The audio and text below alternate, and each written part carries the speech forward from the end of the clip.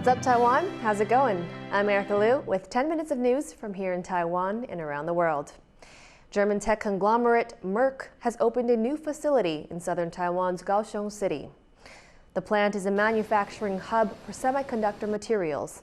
It is part of Merck's more than $500 million expansion into Taiwan announced last year. The investment plan is expected to create 400 jobs. Taiwan marked Cleaning Team Day on Tuesday, calling attention to the hazardous conditions faced by the country's 300,000 people working in garbage disposal.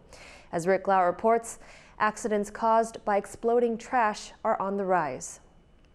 A city garbage truck caught on fire, caused, rubbish collectors say, by a battery thrown out with the daily refuse. 这其实蛮危险的，因为我们在我们的站置区啊，我们曾经就有发生过电池爆炸的问题。我们场内有热显像，它就有做一个追踪，我们快点及时灭火，不然一旦烧起来那个整个会是一个蛮严重的。In Taiwan, residents themselves throw their trash into trucks that drive through the neighborhoods each day.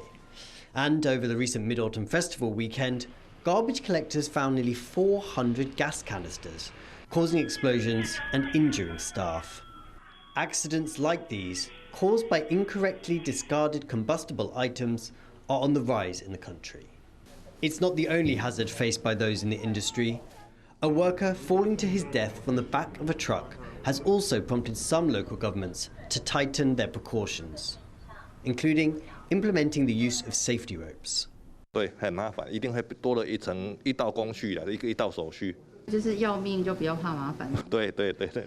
By declaring a National Cleaning Day, the Environmental Protection Administration is encouraging citizens to be diligent about properly separating their garbage to protect workers, and reminding them of a nearly $200 fine for failing to do so.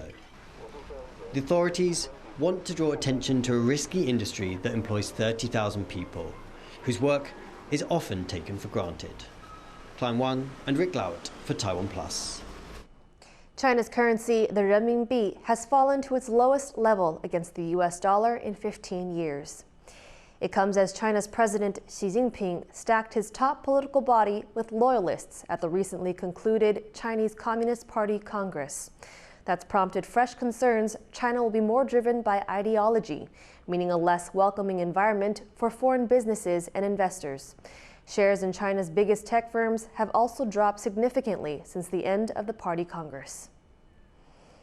To find out more about concerns over China's currency and economy, our reporter James Chater spoke to Vishnu Varathan, head of economics and strategy for Asia at Mizuho Bank in Singapore.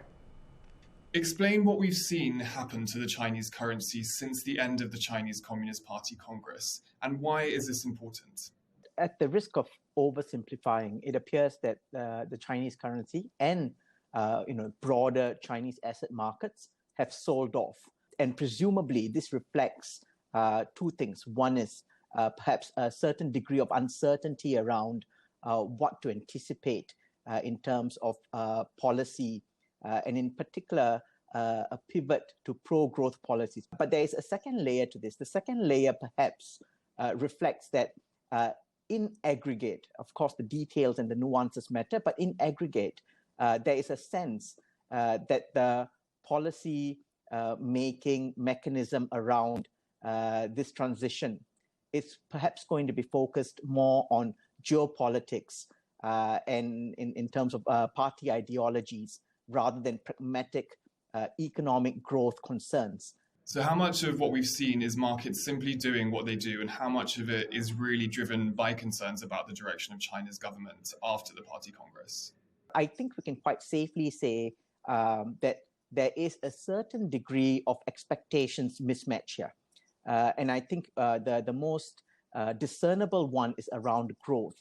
And we can get into it at more granular levels. I think COVID-0 policy is not being unambiguously rolled back, or at least having a plan around the exit.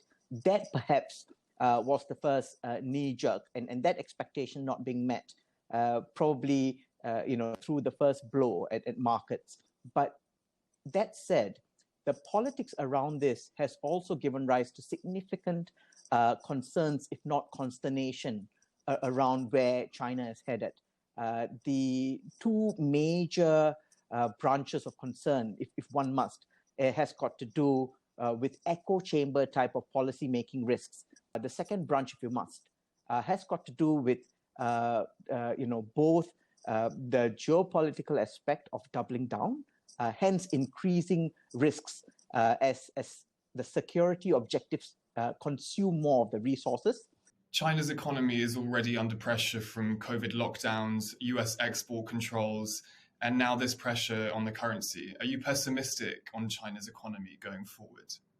I think perhaps the right way for me to answer this is to reference it to my frame of mind, say 12 months ago.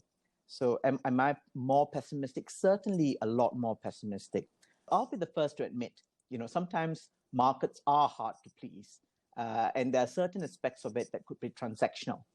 In this case, however, there are justifiable concerns, and I think we can distill down these concerns to the opacity around policy. I think whether it is the markets or bona fide long-term investors, the inability to wrap their heads around the policy intent and path does give rise to, I think, justifiable questions, and hence the restraint in any optimism around the plans being made. Taiwan is stepping up border inspections to prevent African swine fever from entering the country. Taiwan reopened to international tourists earlier this month, and while the move is likely to provide a boost to the local economy, it increases the possibility the disease could gain a foothold in the country. African swine fever has devastated hog farmers around the world. To protect Taiwan's domestic pork producers, the government has implemented a strict ban on overseas arrivals bringing in meat products. Violators can be fined up to $31,000.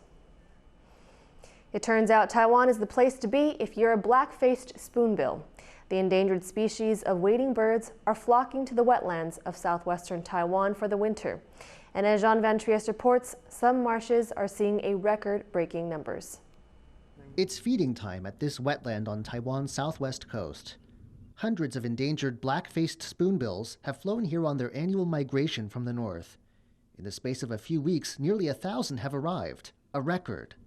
The environmental group that's adopted this marsh credits its own efforts to restore habitat.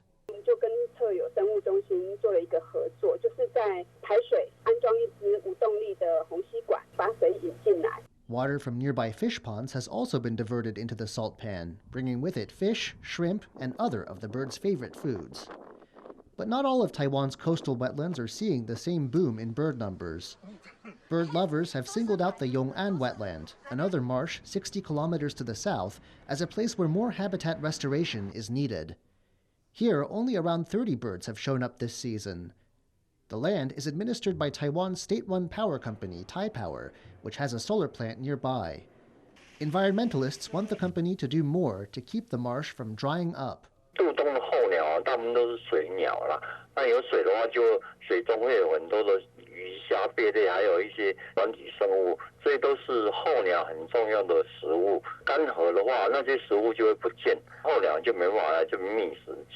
Taipower says it's begun pumping water into the marsh to help the situation. The goal is to attract more spoonbills to rest here over the long winter months, so that their numbers continue to grow in the years ahead. Patrick Chen and John Van Trieste for TaiwanPlus. Thank you for watching What's Up Taiwan. Remember to download the TaiwanPlus app for more stories from Taiwan and around the world. Finally today, we leave you with images of the Festival of Dogs in India. The Hindu festival celebrates the loyalty of dogs to humans. I'm Erika Liu. Take care and see you next time.